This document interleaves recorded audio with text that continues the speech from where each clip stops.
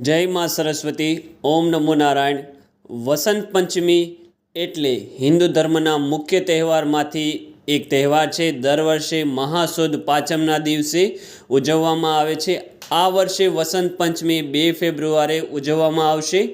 આ દિવસે ખાસ કરીને વસંતના આગમન અને દેવી સરસ્વતીની પૂજા માટે છે. આ દિવસે જ્ઞાન કલાની દેવી સરસ્વતીની પૂજાનું વિશેષ મહત્ત્વ છે. વસંત પંચમીનો સીધો સંબંધ માં સરસ્વતી સાથે છે. પૌરાણિક કથા અનુસાર ભગવાન બ્રહ્માએ સૃષ્ટિની રચના કરી હતી. ત્યારે સૃષ્ટિમાં કોઈ જીવન ન હતું, પરંતુ જીવન શાંત અને કોઈ અવાજ વિનાનું હતું.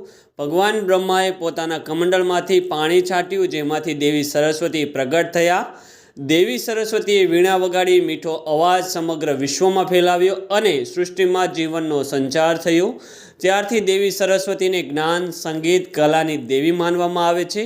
આ તિથિએ વસંત પંચમીની ઉજવણી થાય છે. વસંત પંચમી એ પ્રેમ અને સૌંદર્યનો તહેવાર માનવામાં આવે છે. પૌરાણિક કથા અનુસાર આ દિવસે કામદેવે પોતાની પત્ની રતિ સાથે મળીને ભગવાન શિવની તપસ્યા ભંગ કરવાનો પ્રયાસ કર્યો હતો.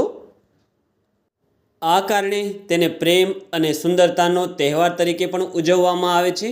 વસંત પંચમી એ વસંતના આગમન તરીકે પણ ઉજવવામાં આવે છે. એવું માનવામાં આવે છે કે દિવસથી ઠંડીનું વાતાવરણ સમાપ્ત શરૂ થાય છે, હવામાં ફેરફાર થાય છે, ખેતરોમાં પીળા સરસવના ફૂલો ખીલે છે, જે વસંત પંચમીના પીળા રંગને પ્રતિબિંબિત કરે છે.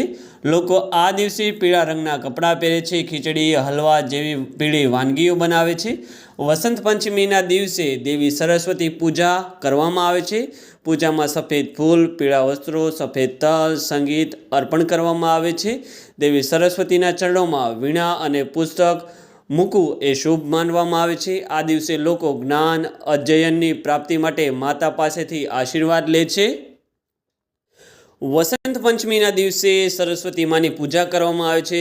ધાર્મિક માન્યતાઓ અનુસાર આ દિવસે કેટલીક વસ્તુઓનો આનંદ લેવાથી માં સરસ્વતી પ્રસન્ન થાય છે, ધન અને યશની પ્રાપ્તિ થાય છે.